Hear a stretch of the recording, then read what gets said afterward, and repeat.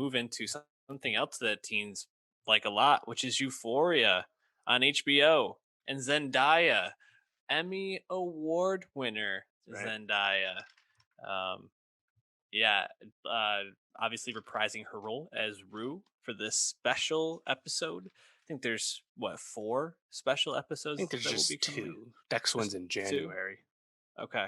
Um, and last time we saw Zendaya went out on the first season of Euphoria on HBO to a Beyonce music video after her and Rue things fall apart with them, and the episode starts with Rue and Jules back together.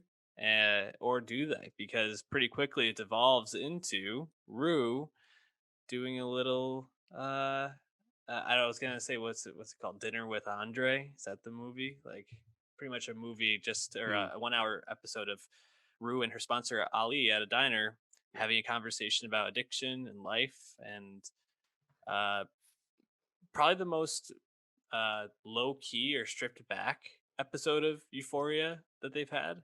Yeah.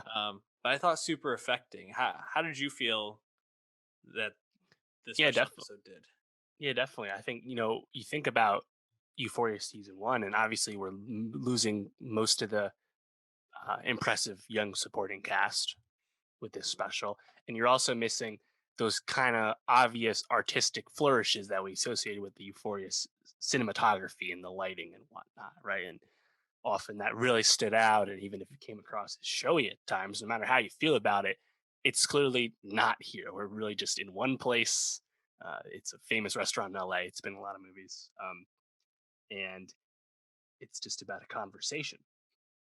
And that's not usually been the speed of Euphoria, but when Euphoria got into, I think, that like heavier stuff and slowed down for a second, you get some of the most resonant aspects of the show, even if it's less flashy.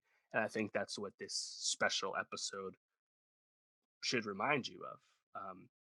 It was shot in September under strict COVID rules, of course. And it's funny because uh, Zendaya and Sam Levinson reunited again to make a whole movie, Malcolm and Marie, with John David Washington, that they shot in quarantine. We'll be getting in February on Netflix in anticipation of the Oscars and whatnot. So uh, it seemed like Sam Levinson and Zendaya just really wanted to work this year because they've made more than most. But yeah, it's definitely not the speed of a normal Euphoria episode, but I think they cover a lot of ground in this conversation between Rue and Ali. So I liked it a lot. Really awesome episode, and obviously you have Zendaya, but Coleman Domingo playing Ali was so strong across from her and so affecting. Um, I just found the whole conversation really captivating, and Zendaya being, uh, I think, such a brilliant actor in terms of how much she can do non-verbally with her acting, and that's the whole thing here, right? Because uh, while like I mentioned, one of the last moments we have with Rue at the end of season one is her doing this whole dances, like song and dance, this music video.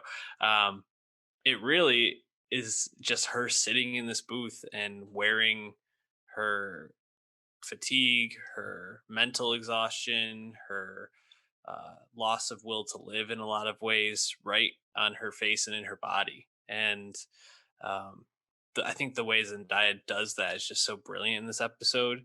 And I think some really effective pieces to it too, right? So you have like a pretty stereotypical music drop for a show like this, but you get Moses Sumney.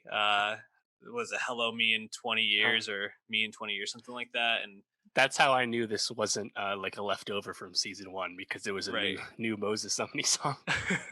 But just I thought a totally good choice, especially when they kind of follow up later on when Rue's talking about how she hasn't really planned her life out that far. She's really not planning to be around that long.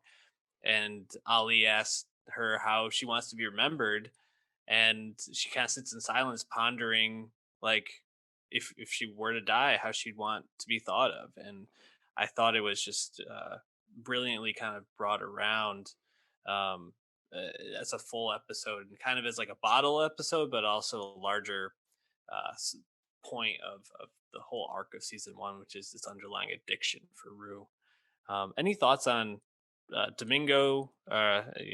Coleman Domingo's performance, Yeah. or just Well, I think he's probably better. He's better than Zendaya in this because he actually gets, I think, more to show off. He Mhm. speaks more lines because he's talking faster and stuff.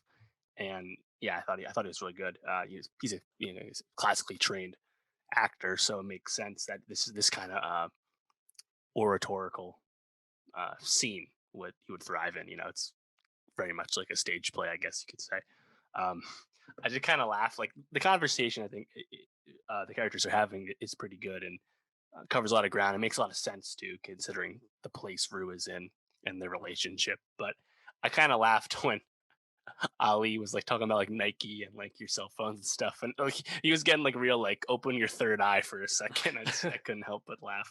Um, but yeah, I mean, I think it's I didn't expect it to be as substantive as it was for a yeah. special that they kind of just threw together as they wait to be able to make season two the way they want to, production wise. So I was impressed with how it is, and that second special comes on the 24th, and that's from Jules' perspective. Wicked excited to see that, and January 24th. Sorry. just more evidence of the strength of Zendaya, Euphoria as a show in general.